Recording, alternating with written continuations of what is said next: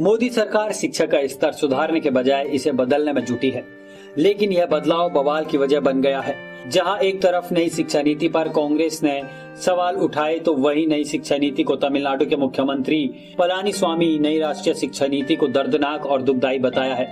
उन्होंने कहा कि तमिलनाडु में 3 भाषाओं का फॉर्मूला लागू नहीं होने देंगे। मुख्यमंत्री ने नई शिक्षा नीति को अपने राज्य में लागू नहीं करने का ऐलान किया है।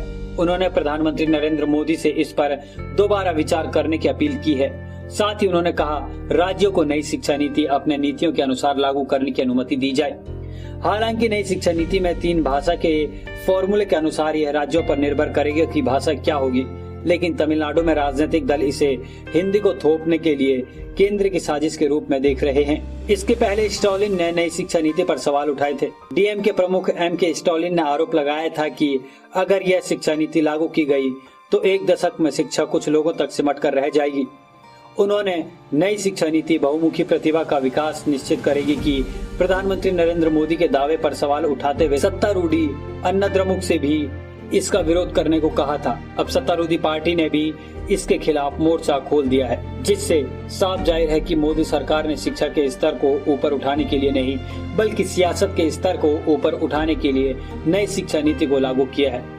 अब देखना होगा कि विरोध के बाद सरकार अपने कदम पीछे हटाती है या नहीं।